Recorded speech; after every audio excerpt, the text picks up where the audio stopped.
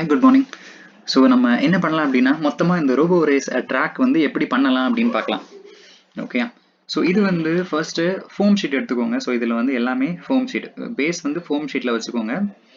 So இதே மாதிரி எக்ஸாக்டாக 1:1 பண்ண வேணாம், ஜஸ்ட் என்ன மாதிரி வருதோ அந்த மாதிரி பேசிக்காக பண்ணிக்கலாம். ஸோ இது பேசிக்காக இந்த லென்த், டோட்டல் லென்த் வந்து எவ்வளோ இருக்கணும் அப்படின்னா ஒரு 25 metres. So for example, so இது ஒரு 5 மீட்டர்ஸ், இது ஒரு 5 மீட்டர்ஸ், 5. ஸோ இது ஒரு 5, இது ஒரு 5 டோட்டலாக. ஸோ டோட்டலாக 25 மீட்டர்ஸ். ஸோ இங்கே வந்து நம்ம வேணால் எக்ஸ்டெண்ட் பண்ணிக்கலாம். ஓகே, ஸோ பேசிக் ஐடியா வந்து 25 மீட்டர்ஸ். அதுக்கப்புறம் இந்த ட்ராக்கோட விட்த் வந்து 60 சென்டிமீட்டர். ஸோ இந்த பாட் வந்து மேக்ஸிமம் 20 சென்டிமீட்டர்ஸ், 20 இருக்கும் மேக்ஸிமம், பட் ஸ்டில் நம்ம வந்து 60 வச்சுக்கலாம். ஓகே, ஸோ இதை கட் பண்ணிட்டோம் அப்படின்னா நம்ம சார்ட் பேப்பர் வச்சு மேலே பிளாக் ஷார்ட் வச்சுட்டு ஒட்டிட்டு இதில் வந்து சின்ன சின்ன ஒயிட் கலர் இது கட் பண்ணிவிட்டு ஸோ இப்படி ஒட்டிக்கலாம். Okay, so starting from here. So starting வந்து ஸ்டார்ட் வந்து நம்ம என்ன பண்ணுவோம் அப்படின்னா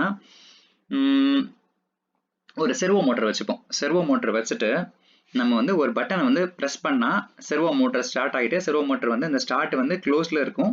ஸோ அதாவது இந்த ட்ராக் மேலே இந்த ஸ்டார்ட் வந்து படுத்திருக்கும்.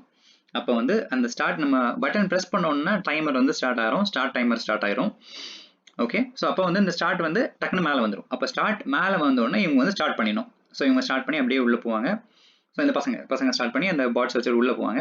ஸோ உள்ளே போனதுக்கப்புறம் என்ன நடக்கும்? ஸோ இது வந்து ஸ்பீட் பிரேக்கர். ஸோ ஸ்பீட் பிரேக்கரில் ஸ்லோவாக இது போயிட்டு இருக்கும். ஸோ இது வந்து ரீசெட் பாயிண்ட். ஸோ அங்கே இந்த ரீசெட் பாயிண்ட்லாம் ஒருத்தவங்க நிற்பாங்க. ஸோ அவங்க வந்து ஜஸ்ட் கால்குலேட் பண்ணிடுவாங்க, இது வந்து வெளியில் போதா இல்லை உள்ளே நிற்குதா அப்படின்னு சொல்லிட்டு. ஸோ அது we don't need to worry about it. So இது வந்து உள்ளே போயிட்டு ஸோ இது வந்து students can take either this way. So yes இப்படினாலும் சரி, இப்படினாலும் சரி, இல்லை ஒன் வேனாலும் சரி. So it can go. அதுக்கப்புறம் யூ-டர்ன். ஸோ இந்த யூ-டர்ன் வந்து maybe we can just plan as a single piece இல்லைனா 2 piece, அது கூட ஓகே தான். ஸோ இது எல்லாமே just maybe like width we can just keep it as same 60 in all the places. So circle மாதிரி வர மாதிரி வச்சுட்டு length, so this length it should be 5 meters. Okay, so இந்த length should be 5 meters. அதுக்கப்புறம் இங்கே வருது. So இது வந்து ஒரு zigzag road. So this is okay. So இந்த இடத்துல என்னன்னா ரேம்ப் அப். ஸோ இந்த இடத்துல நம்ம என்ன பண்ணணும் அப்படின்னா ஒரு திக் ஷீட் யூஸ் பண்ணோம். திக் ஃபோம் ஷீட் இருக்கல, திக் ஃபோம் ஷீட் என்ன பண்ணோம்? ஸோ ஜஸ்ட் ஒரு ரேம்ப் அப். அதுக்கப்புறம் ஒரு பிரிட்ஜ். ஸோ இதுக்கு கீழே நம்ம வந்து ஒரு ஸ்டிக்ஸ் இல்லைனா ஃபோம் ஷீட்டை வச்சு நம்ம வந்து ஒரு ஸ்டிக்ஸ் மட்டும் இது பண்ணி வைக்கணும். ஸோ இதோட விட்டும் 60 சென்டிமீட்டர்ஸ் சேம், எல்லாமே சேம். ஸோ இப்படி வச்சுக்கலாம். இல்லை இதோட விட்டு நம்ம வந்து ஒரு 40 சென்டிமீட்டர்ஸ் இல்லை ஒரு 50 சென்டிமீட்டர்ஸ் கூட வச்சுக்கலாம், கொஞ்சம் கம்மியாக வைக்கிறதுக்கு. ஓகே, ஆனால் பிரிட்ஜோட சைடில் எந்த இதுவுமே கிடையாது. ஸோ ஸ்லிப் ஆச்சு அப்படின்னா பாட் வந்து கீழே தான் விழும். Again they will come back from reset point.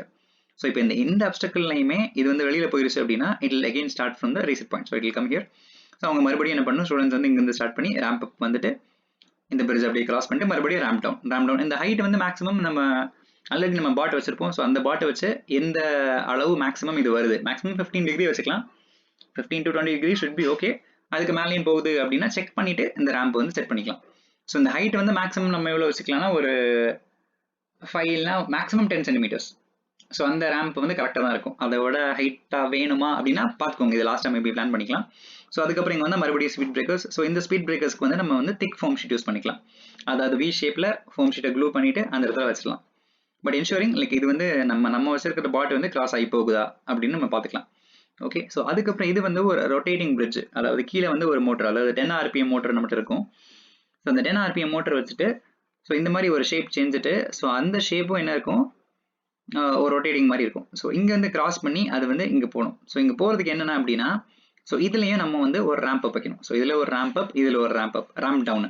அப்படின்னா தான் இது வந்து மோட்டர் வந்து நம்ம கீழே வைக்கணும். மோட்டர் கீழே வச்சு இது ரொட்டேட் ஆகணும். அப்படின்னா அது வந்து ஒரு ஸ்டேஜுக்கு மேலே தான் இருக்கும். ஸோ இங்கே ஒரு ரேம்ப் அப், இங்கே ஒரு ரேம்ப் டவுன் வச்சுட்டு இதுக்கு மேலே போகும். அதுக்கப்புறம் இங்கே ஒரு ஸ்பிளிட் ரோட்ஸ், இங்கேயும் ஒரு ரேம்ப் அப், இங்கேயும் ஒரு ரேம்ப் டவுன். ஸோ இந்த நடுவில் ஸ்பீட் பிரேக்கர்ஸ். ஸோ இது எல்லாமே ஒரு எஸ் ரோடு. ஓகே, ஸோ இங்கே வர வந்துருச்சு அப்படின்னா இந்த இடத்துல நமக்கு என்ன இருக்கும் அப்படின்னா ஒரு ஐஆர் சென்சார் இருக்கும்.